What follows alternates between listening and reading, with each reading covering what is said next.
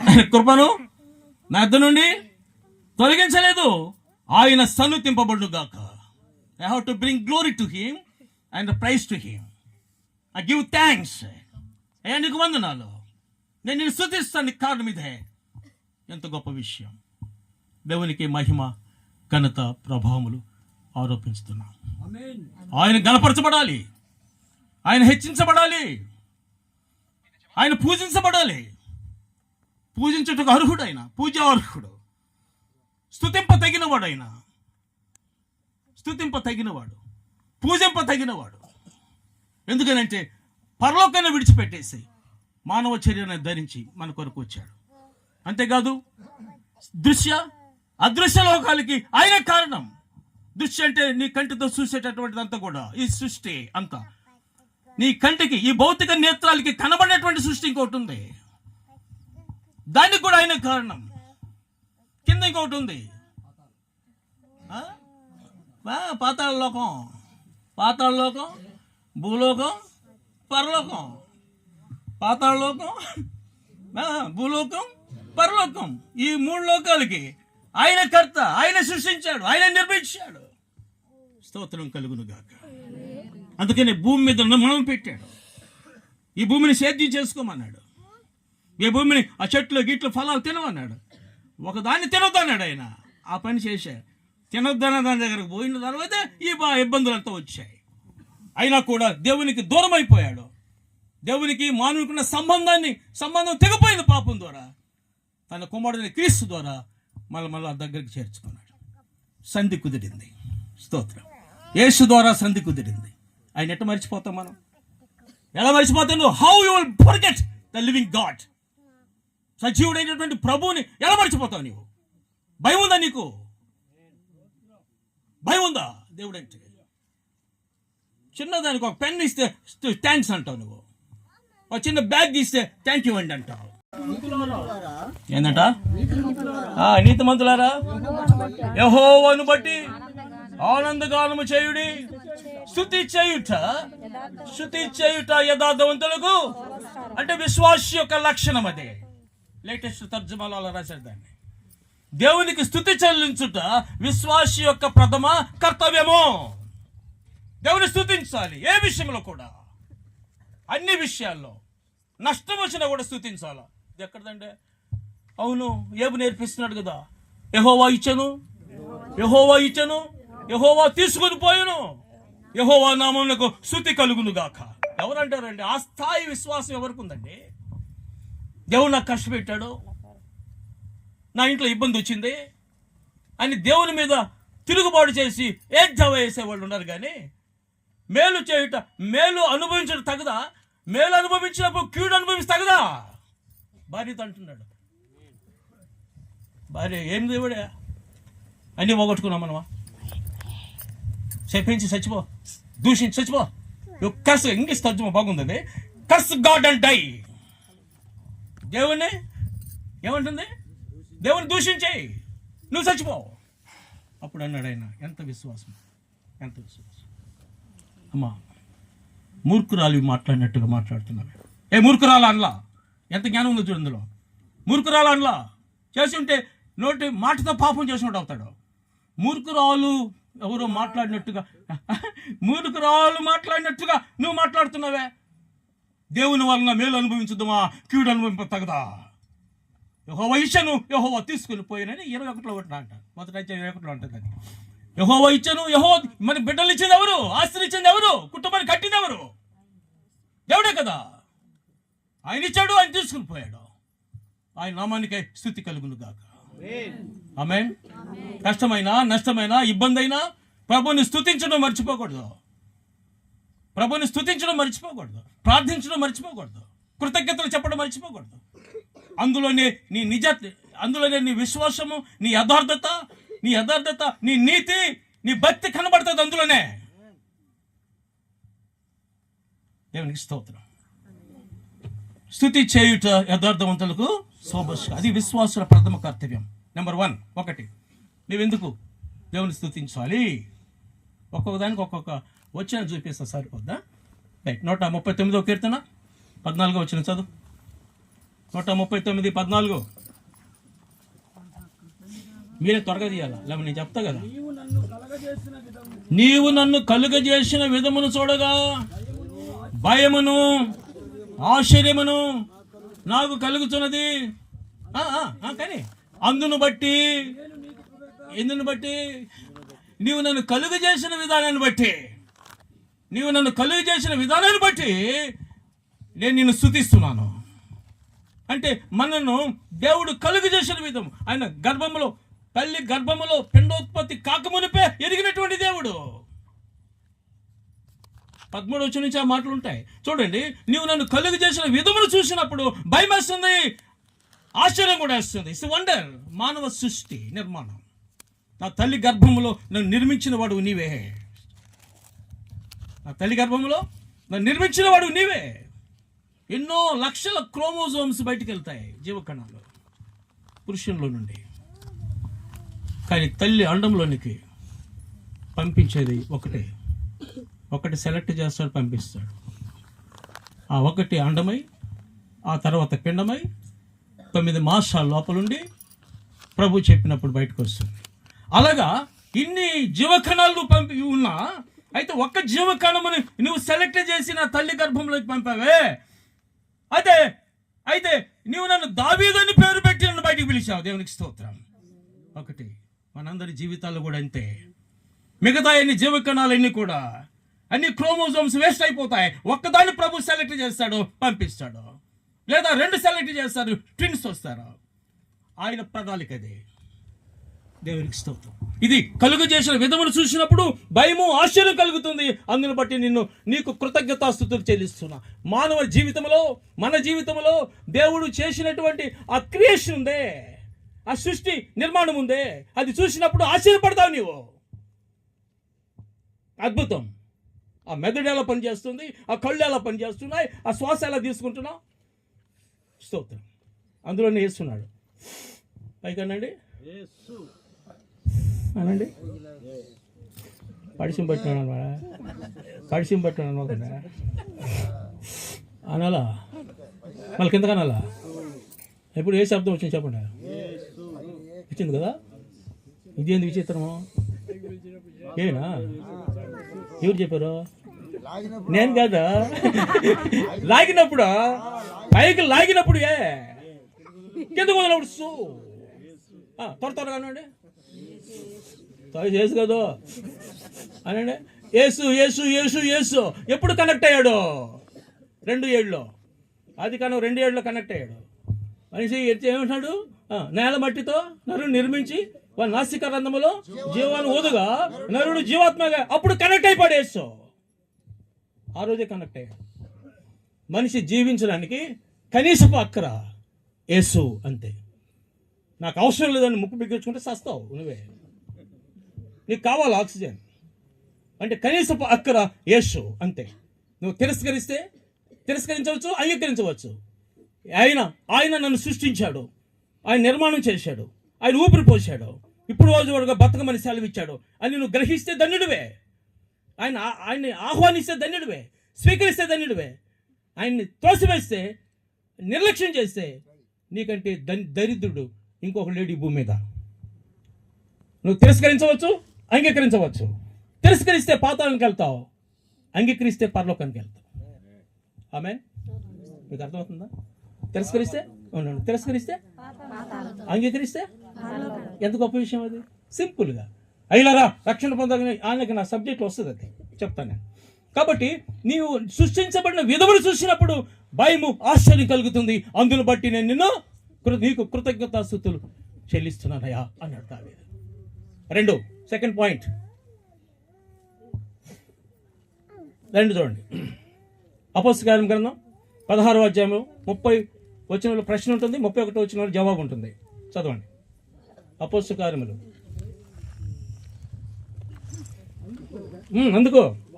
అందుకు వారు అదే 30 చదువు ప్రశ్న.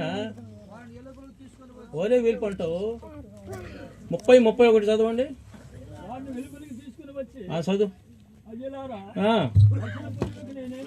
రక్షణ పొందుటకు నేనేమి చేయవలెను?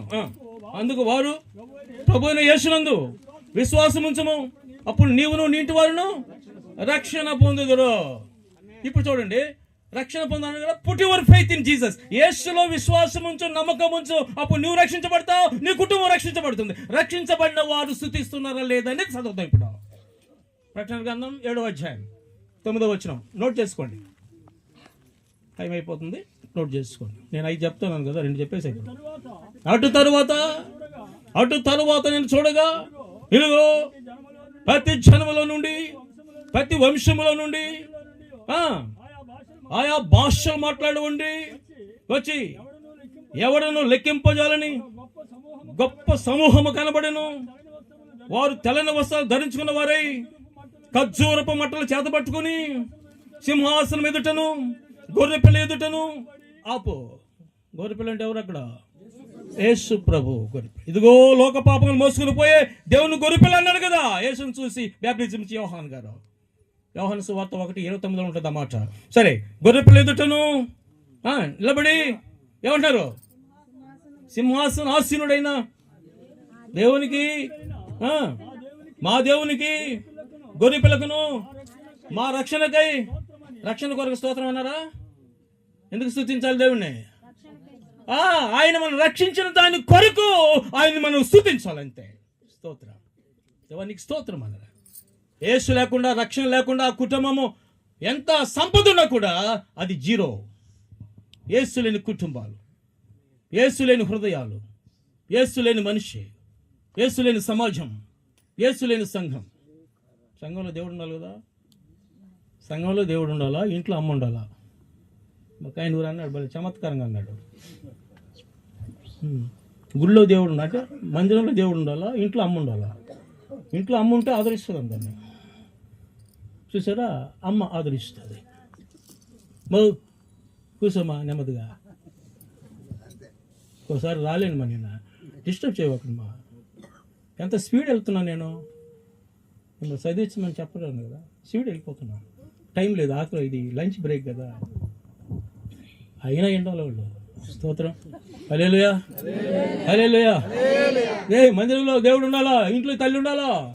దేవుడు లేని మందిరం, అమ్మ లేని ఇల్లు, రెండు ఒకటే. అమ్మ లేని ఇల్లు, దేవుడు లేని మందిరం. ఒకడు చర్చిలో మెంబర్గా ఉండాలంటే అప్లికేషన్ పెట్టుకున్నాడట. రైల్వే ఉద్యోగి ట్రాన్స్ఫర్ వచ్చాడు. పెద్ద చర్చి ఇది అని చూసి ఎంక్వైరీ చేసి ఆ పాస్టర్ గారు కలిశాడు. అయ్యా, ఇదంతా వచ్చి అఫీషియల్ చర్చ్, ఇది అంతా ఏ గ్రేడ్ వాళ్ళు ఉంటారు ఇక్కడ. నువ్వు 4th క్లాస్ ఎంప్లాయ్ ఉంటున్నావు, నీకు స్థానం లేదు ఇక్కడ.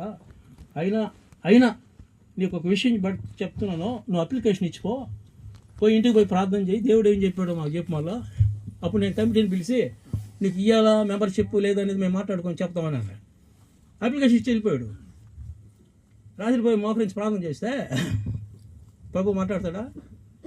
మీరు చెప్పండి, మాట్లాడే దేవుడా? ప్రభు వింటాడా?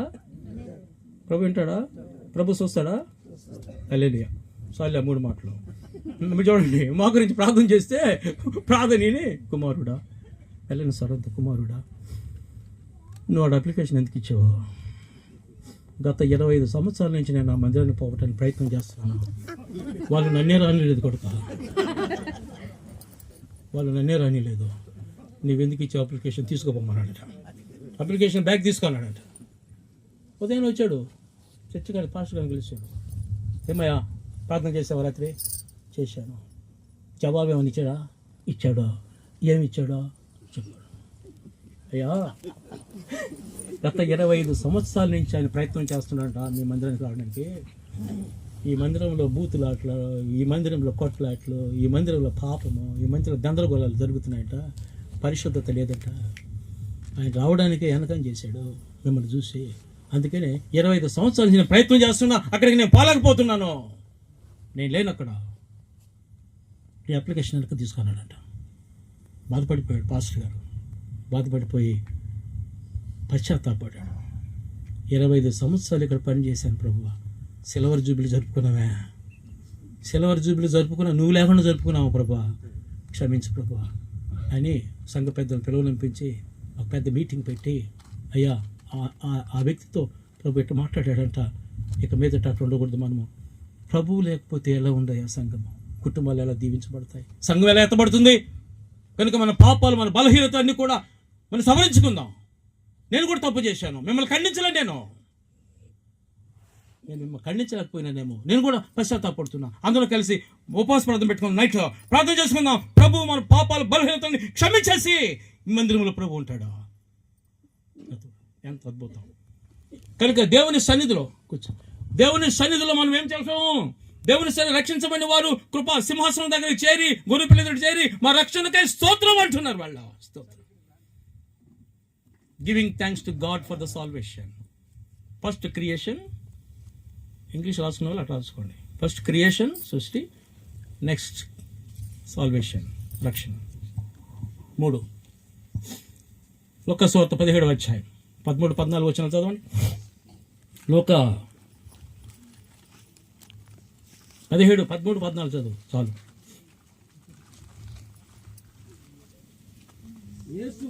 యేసు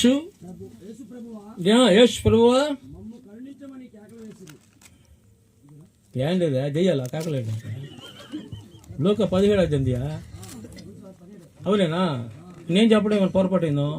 నేను చూసుకుంటా. ఉండు ఉండు ఉండు ఉండు ఉండు ఉండు ఎవరు తప్పు చెప్పకూడదు కదా, అదే కదా. 15 అయినా, నేను 13 చెప్పాను. 15కి వచ్చి, వారిలో ఒకడు తన స్వస్థత కలుగుట చూసి గొప్ప శబ్దముతో దేవుణ్ణి మహిమపరచుచు తిరిగి వచ్చి ఆయనకు కృతజ్ఞతాస్తుతులు చెల్లించుచు ఆయన పాదముల యొద్ద సాగిలపడెను. వాడు సమరయుడు. నేను తప్పు చెప్పాను, 13 చెప్పాను, అది 15లో ఉంది. 17 బా 17 అధ్యాయం 15 వచ్చింది. 10 మంది కుష్ఠరోగులు ఎదురైనారు ఎస్ఐకి. దావీదు కుమారుడు కరుణించమన్నారు. ఆయన ఒక మాట సింపుల్గా చెప్పాడు, మీరు వెళ్ళి యాజకులు కనిపించండి అని. అది బైబిల్ ఏం చెప్తుందంటే, వారు వెళ్ళుచూ ఉండగా శుద్ధులైరి అంటుంది. వారు వెళుతూ ఉన్నప్పుడే ఎవరికి స్వస్థత కలిగింది. అయితే ఒకడు గమనించాడు దాన్ని. వాడు యూదుడు కాదు, సమరయుడు. వాడికి వాక్యం తెలీదు, ధర్మశాస్త్రం అసలు తెలీదు. కాబట్టి ఆ సిస్టమ్ తెలియదు అతనికి. అయితే ఒకటి తెలుసు, దేవుని ద్వారా మనం స్వస్థత పొందాం కనుక, ఆయన నాకు సహాయం చేశాడు కనుక తప్పనిసరిగా నేను వెనక్కి వెళ్ళి ఆయనకి నేను కృతజ్ఞతాస్తుతి చెల్లించాలంతే అని ముందుకు పోయేవాడు వెనక్కి వచ్చేసి యేసు పాదాల దగ్గర పడిపోయాడు. మాసిలమ్మ గారు రాస్తూ ఒక మాట చెప్పాడు. మాసిలమ్మ గారు ప్రభు దగ్గర ఉన్నాడు, ఆయన ఒక మాట రాసి చెప్పాడు, ఈ అన్యుడు తప్ప ఇంకెవరు స్తుతించలేదా? అయితే ఆ తమ్మండుగురు ఎక్కడా అన్నాడు. ఆ తమ్మండుగురు ఎక్కడా? అదే ఈడు ఒకడు వెనక్కి వచ్చాడుగా, ఆ తమ్మండుగురు ఎక్కడా అన్నాడు. ఆయన ఏమన్నాడంటే, దానికి విశ్లేషణ ఏమిచ్చాడంటే, వాళ్ళకి శరీర సంబంధమైన కుష్టు పోయింది కానీ ఆత్మ సంబంధమైన కుష్టు నిలబడి ఉంది అన్నాడు. మాసిలమ్మ గారు ఇచ్చిన స్టేట్మెంట్. అంటే శరీర సంబంధమైన కుష్టు పోయింది కానీ ఆత్మ సంబంధమైన కుష్టు అలాగే ఉంది అన్నాడు. వీడికి శరీర సంబంధమైన కుష్టు పోయింది, ఆత్మ సంబంధమైన కుష్టు పోయింది, పరిశుద్ధుడైపోయాడు, దేవుని స్తుతించాడు. కృతజ్ఞత, గివ్ థ్యాంక్స్ టు గాడ్, దేవునికి స్తుతి చెల్లించాలి. అందుకని ఆయన సంకటములన్నిటిని కుదుర్చువాడు అని ఉంది బైబిల్లో. 103వ కీర్తన 3వ వచనం ఉంటుంది అది. అనే సంకటం ఇంగ్లీష్ తర్జుమా ఉంటుంది అంటే ఈ హీల్స్ ఆల్ అవర్ డిసీజెస్ అని ఉంటుంది. అది ఏ రోగమైనా సరే, అయ్యే బలహీనత అయినా సరే ఆయనకి అసాధ్యమైంది ఏమీ లేదు కాక లేదు అంతే. ఆయన నీ దోషములన్నీ క్షమించేవాడు, ఆయన నీ సంకటములన్నిటినీ, ఏ రోగమైనా సరే, ఏ బలహీనత అయినా సరే ఆయనకి అసాధ్యమైంది ఏమి లేదు. నిన్ను స్వస్థపరచు యెహోవాను నేనే ఇశ్రాయేలుతో చెప్పాడు ప్రభు. అది నిర్గమకాండం ఉంటుంది 15:26 ఎక్కడ ఉంటుంది, 26. దేవుని స్తోత్రం, ప్రైజ్ లార్డ్ చెప్పండి. నేను ముగింపుకి వచ్చేస్తున్నాను. నెంబర్ 1 ఎందుకు స్తుతించాలి? మీరు చెప్పండి. మరి సేవకులను అడగటం నేను, ఎందుకంటే వాళ్ళకి తెలుసు కదా వాక్యం బాగా. వరకే మీకు కాస్త ఒక్క రవ్వ అట్లా ఓవరాయింగ్ చేసినట్టుగా, ప్రోత్సహించినట్టుగా ఒక రవ్వ అక్కడక్కడ దుమ్ములు ఉంటుందా, ఎదలు కొట్టినట్టుగా, ప్రభు వైపు తిప్పినట్టుగా అంతే.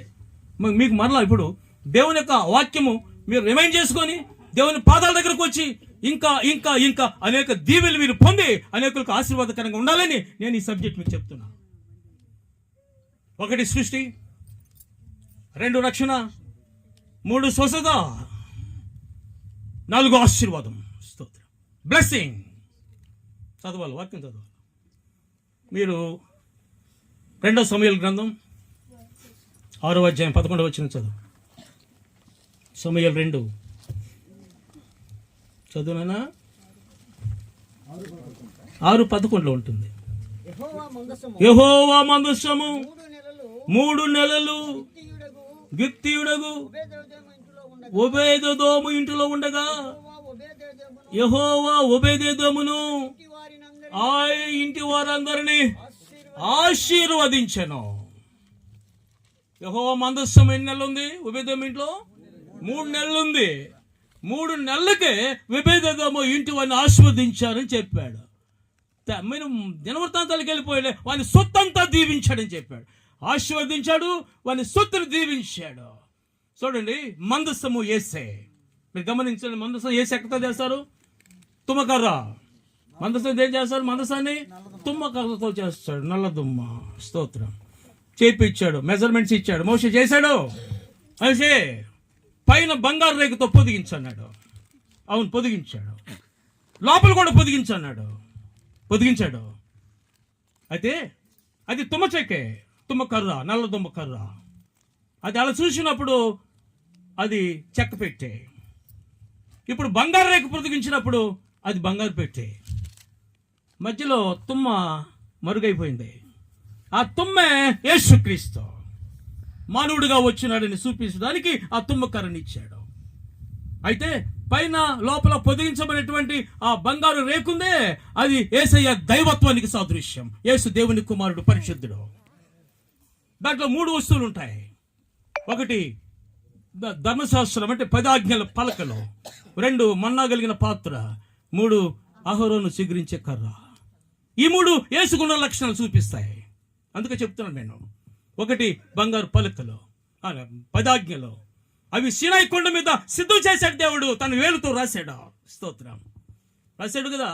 అందుకని యోహాను గారు రాస్తూ, ఆది యందు వాక్యము ఉండెను, వాక్యము దేవుని యొద్ద ఉండెను, వాక్యము దేవుడై ఉండెను, ఆ వాక్యమే శరీరధారి అయి కృపా సత్య సంపూర్ణంగా మన మధ్యలో నివసించనని 14వ వచనంలో చెప్పేస్తాడు. యోహాను సువార్త 1:1-2 తిరిగి 14. ఆది యందున్న వాక్యమే, సర్వాన్ని సృష్టించిన వాక్యమే మానవ రక్షణ కొరకు శరీరాన్ని ధరించుకొని భూమి మీదకి వచ్చింది. ఆయన యేసు. నెంబర్ 1. 2 మన్నాగలిగిన పాత్ర. కాబట్టి వాళ్ళు వండలేదు, పెట్టలేదు, వార్చలేదు. ఆకాశాన్ని చీల్చి దేవదూతల ఆహారాన్ని మనుషులు బుద్ధించారు ఈ భూమి మీద. అయితే ఇది సవిసారము లేని ఆహారం అని తిరుగుబడ్డారు. నేను అంటున్నాను, యేసు ప్రభు ఈ భూమి మీదకి వచ్చిన తర్వాత అన్నాడు, హలో అది ఆయన మీ పితరులు అరణ్యములో మన్నా తిన్నా చనిపోయారు. దీన్ని తినివారు సావుకున్నట్లు పరలోకముని దిగి వచ్చిన ఆహారం నేనే. యేసు జీవాహారం. ఆమేన్. హల్లెలూయా. 2 అయిపోయింది. 3 అహరోను సిగిరించిన కర్ర. వీళ్ళేనా సేవ చేసేదే? వీళ్ళేనా దేవుడు అనుకుందే? దేవుడు ఎన్నుకుందేనా? మేము కదా, మేము పనికిరామా అని గొనుగుడు సొనుగుడు బయలుదేరింది మోషే యొక్క బ్రదర్స్లో, అహరోనులో. మిరియాము వీళ్ళందరూ గొనుక్కున్నారు. అయితే ప్రభు అన్నాడు, నేను చెప్తాను, మీరు 12 కర్రలు తీసుకోండి, 12 గోత్రాలే. అహరోను కర్ర మీద, అంటే లేవి అంటారు దాన్ని, అహరోను కర్ర మీద అది అహరోను రాయండి, లేక లేవి రాయండి, ఇబ్బంది లేదు. అయితే ప్రత్యక్ష గుడారంలో పెట్టండి దాన్ని. నేను ఎవరిని ఎన్నుకున్నానో మీకు తెలిసిపోతుంది. ఆ కర్ర ఏమోలా చిగురించాలా, అది చిగురించి పూతబట్టి అది కాయలు కాయాలా.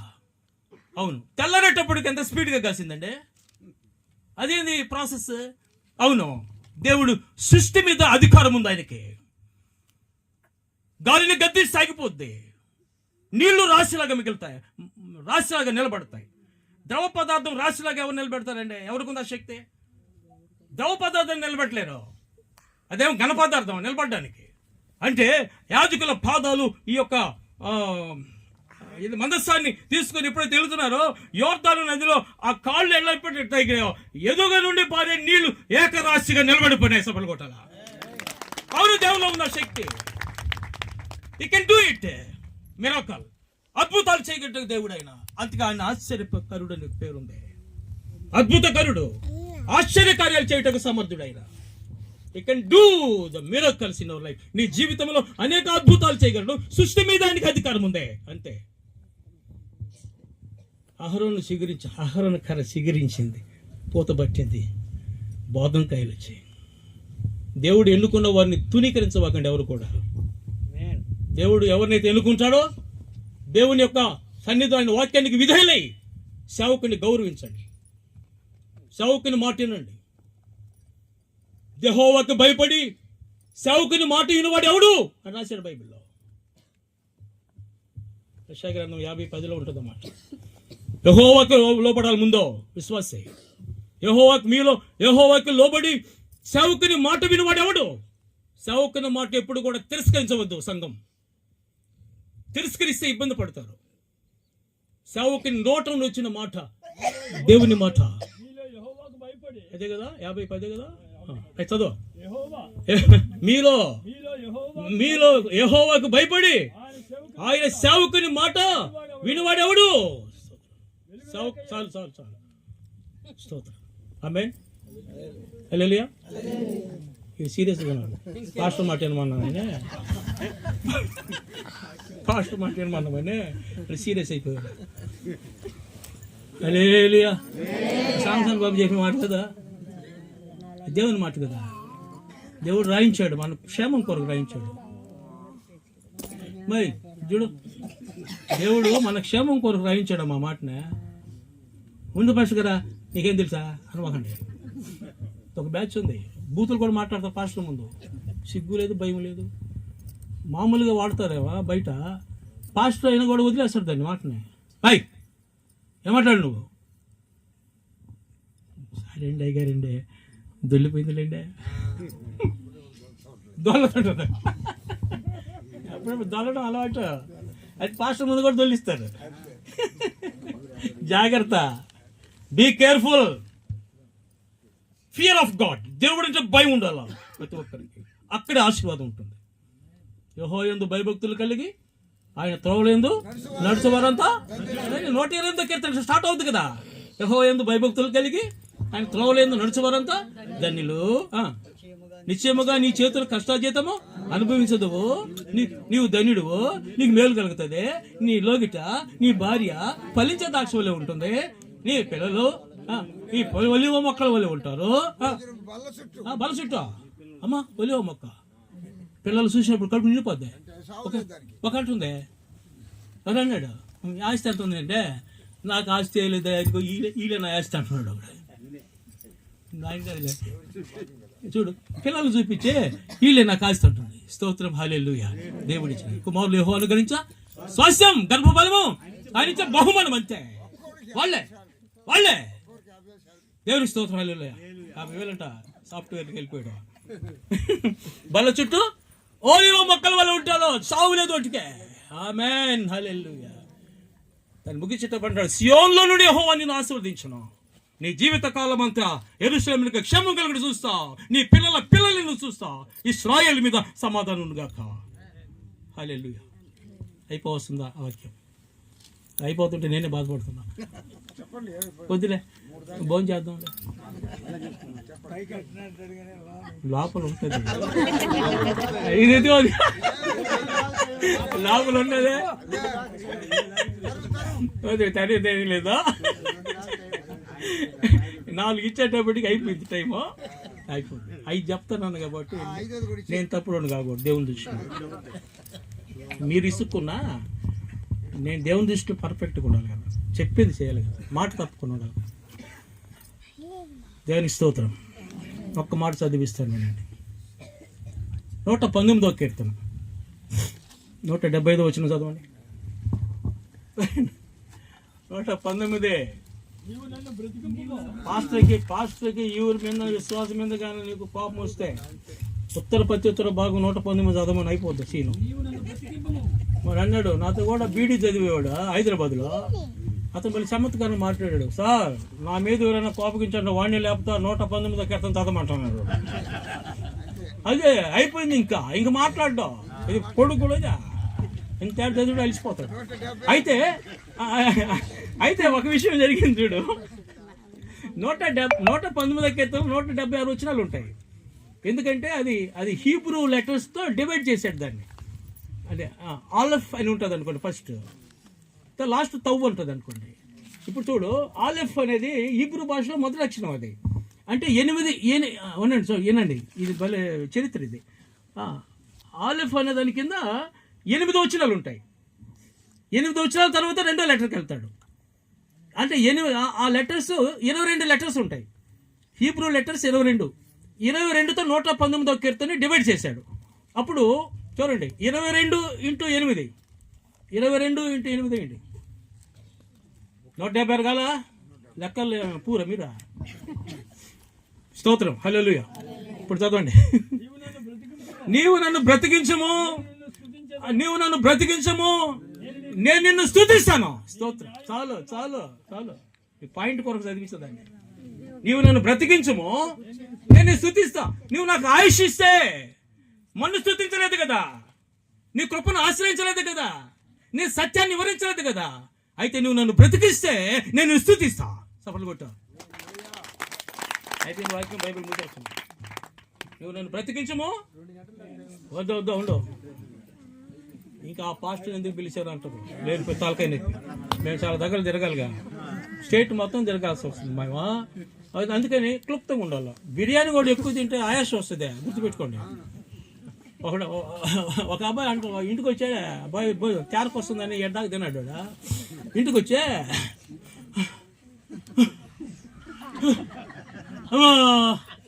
అంటున్నాడంట.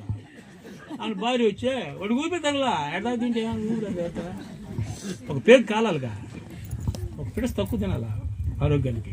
నేమంటున్నాడంటే అమ్మా అయ్యా అంటున్నాడంట. భార్య వచ్చే ఏమండే ఇందాక నుంచి బాధపడుతున్నావా, ఒక బెల్ట్ ఇస్తా వేసుకుని వాడిదంట. బెల్ట్ అంటే మాత కదా, ఒక బెల్ట్ ఇస్తా వేసుకో అన్నదంట. ఈయనన్నాడు అయితే పిచ్చిదానా, ఆ బిళ్ళ పట్టే చోటు లోపల ఉంటే ఇంకో పెడిసి ఎక్కువ తినిస్తున్నాడు అంట. బిళ్ళ పట్టే చోటు లోపల ఉంటే ఇంకో రోజు ఎక్కువ తినిస్తుంది కదా.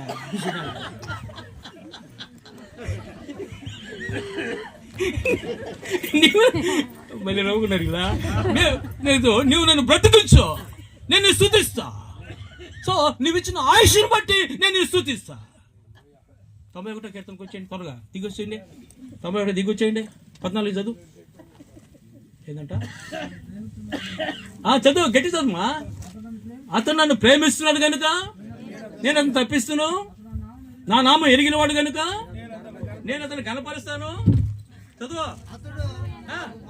అతను మొరపెట్టగా ఉత్తరం చదువు. ఉత్తరం ఇచ్చాను, జవాబిస్తాను. చదువు.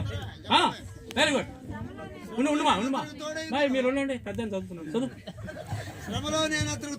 నేను తోడుగా ఉంటాను, అతను విడిపించే గొప్ప చేస్తాను. చదువు.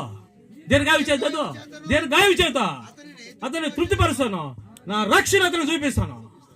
అతను ప్రేమిస్తున్నాడు కదా, బికాజ్ ఈజ్ లవింగ్ మీ. నన్ను ప్రేమిస్తున్నాడు. శ్రమలో నేను తోడుగా ఉంటాను. మీ చేత ఒక మాట చెప్పిస్తాను నేనండి. పాపము ఎరగని యేసు శ్రమపడలేదా? చదువు చెప్పండి, సీరియస్గా ఉన్నారా? పాపము ఎరగని యేసు శ్రమపడలేదా? పాపం తప్ప ఇంకేమి ఎరగని నేను కోపడతాడు. ఉండు, ఆయన ఏమైనా పాపం చేశాడా? శ్రమపడి దానికి పాప సిస్టమ్ చెప్తున్నా. పాపము ఎరగని యేసు శ్రమపడలేదా? మళ్ళీ చెప్పు. తెలుగు ఇదా? పాపము ఎరగని యేసు శ్రమపడలేదా?